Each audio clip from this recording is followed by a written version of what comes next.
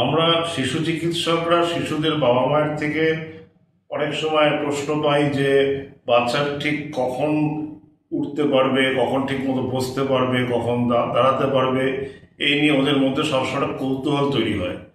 সেই হিসাবে আমি একটা গাইডলাইন দিচ্ছি বাচ্চার কোন সময় ঠিক ঠিক মতো বসা দাঁড়ানো এসব দিকটা করতে পারে। প্রথমত 3 মাস যখন বাচ্চার বয়স, তখন বাচ্চার ঘাড় শক্ত হয়।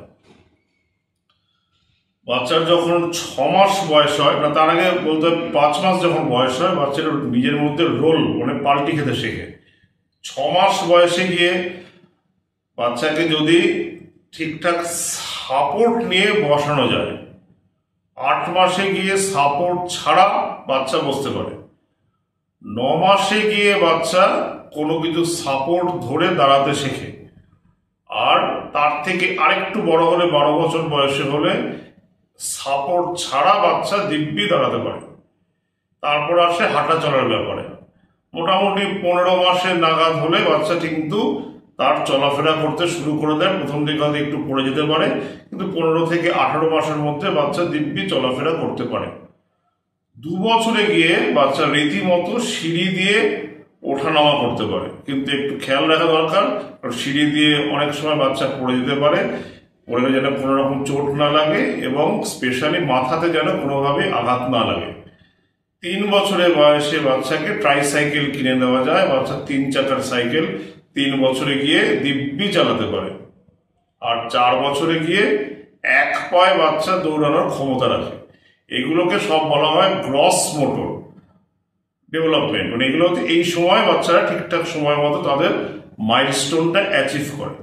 এর পরের জিনিসটা আসছে ফাইন মোটর, যেটা সূক্ষ্ম জিনিসপত্র, যেরকম বাচ্চা ঠিক কখন লিখতে পারে, কখন ঠিক মতো ট্রায়াঙ্গেল আঁকতে পারে, বা বাচ্চা গোল কখন করতে পারে, সেই রেসপেক্টে। প্রথমত বাচ্চা কখন ধরতে শেখে। ওদের যখন 4 মাস বয়স হয়, তখন 2 হাত দিয়ে চেষ্টা করে কোনো একটা জিনিস ধরব। তারপর আস্তে আস্তে 6 মাসে গিয়ে 1 হাতে কোনো জিনিস ধরার মতো ক্ষমতা অর্জন করে। 9 মাস থেকে 12 মাসে গিয়ে আরো ডেভেলপমেন্টাল স্কিলটা বাড়ে, ফাইনার ডেভেলপমেন্টাল স্কিলটা। তখন বৃদ্ধাঙ্গুষ্ঠ ও তর্জনী এই দুটো আঙুলের মধ্য দিয়ে বস্তুটাকে ধরতে সক্ষম হয়। এটার পরে আস্তে আস্তে 15 থেকে 18 মাস বয়সে যখন বাচ্চা উপনীত হয়, সে সময় বাচ্চা লেখা শুরু করে, লিখতে পারে, হিজিবিজি কাটুক বা যাই কাটুক লিখতে পারে, এবং 2-3টে কিউব দিয়ে একসাথে একটা খেলনা তৈরি করতে পারে।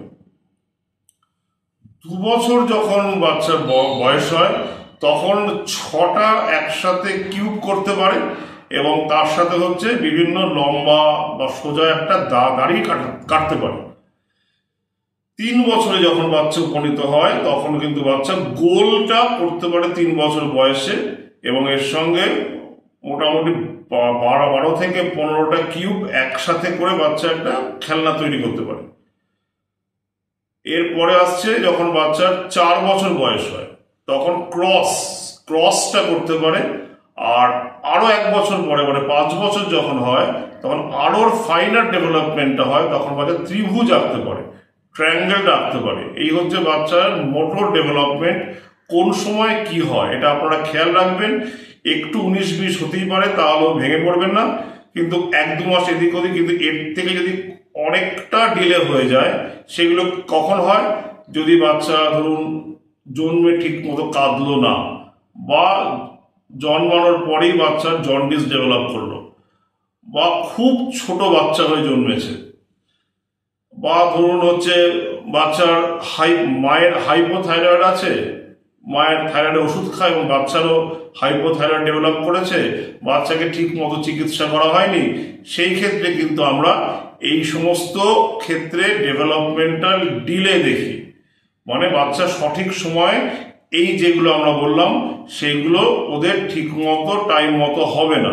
ফলে আমাদের আগে থেকেই কশাসে দরকার, সচেতন হওয়া দরকার, যে আমাদের যে ঘটনাগুলোতে বাচ্চার মাইলস্টোনগুলো পিছিয়ে যায়, সেগুলোকে ঠিকঠাক করে চিকিৎসা করার জন্য, কারেকশন করার জন্য। তাহলে আপনার বাচ্চা দিব্যি সুস্থ এবং আপনার বাচ্চা সব ঠিক মতো হয়ে উঠবে। নমস্কার।